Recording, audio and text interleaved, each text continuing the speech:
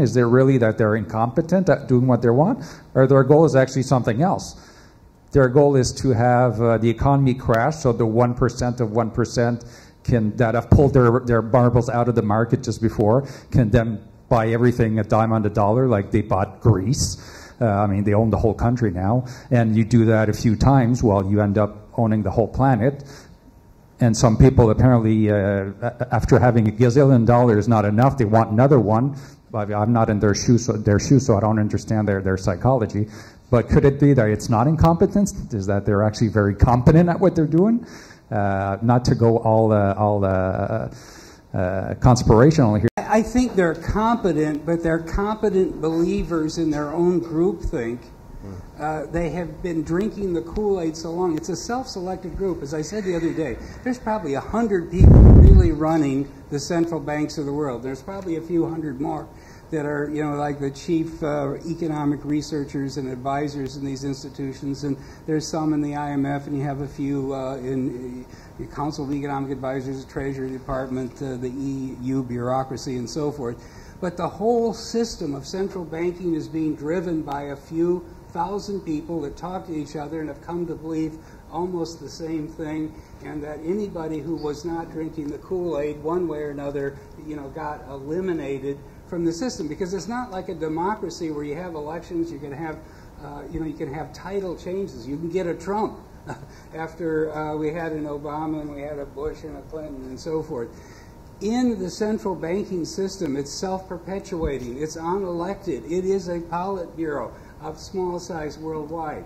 But it's not that there is a conspiracy. If it were as evil as, you know, the implication of your question might be, they're deliberately trying to blow it up so that they could somehow profit, you know, that would be one thing, but I don't think that's true. I think they believe so much in what they're doing that if you remember my opening slide, okay, it was the little furry guys going off the cliff. That's what I really think we have happening, we're going to have happening here. Now, remember, bubbles take years and years to expand, and then when you solve the last bubble's crash by quickly redoing the same thing and reinflating even more rapidly, by the time you get to the third bubble built on the shoulders of the last two, you're in an extremely precarious situation, and these bubbles collapse so fast that the central bankers are not going to be able to react fast enough to reflate this one. This is my view. Now let me just give you one reminder from last time. The Russell 2000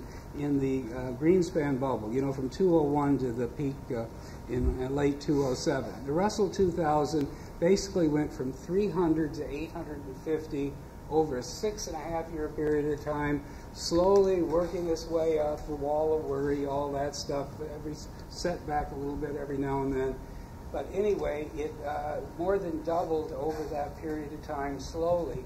And then it went all the way back to 350 in 14 violent trading days between September 15, 2008, what we're the anniversary we're commemorating today, and the bottom in March. Now there's some days in between, but I'm saying it was 14 days. And that's how fast it happens. I gave you the April 2000 NASDAQ 100, 13 trading days, dropped 33%. If you think today that a drop of that kind of magnitude, which is possible, this is all bottled air. These markets are so inflated. I'm going to give one example and then I'll shut up. But they're so inflated because we're in the third bubble, sequential bubble of this decade, that they'll probably collapse even more dramatically. But remember, there's 80 trillion of market cap in the stock markets of the world, and there's another 100 trillion of tradable bonds and derivatives. But if it drops 30%, which could easily do when the machines start selling, the ETFs, the indexers, everything's indexed one way or another, you're going to take 25 trillion worth of paper wealth out of the world in a few days or weeks, and it's going to really, it'll happen so fast that the central banks won't be able to stop it or prevent it or, you know, take control this time because they have very little dry powder left.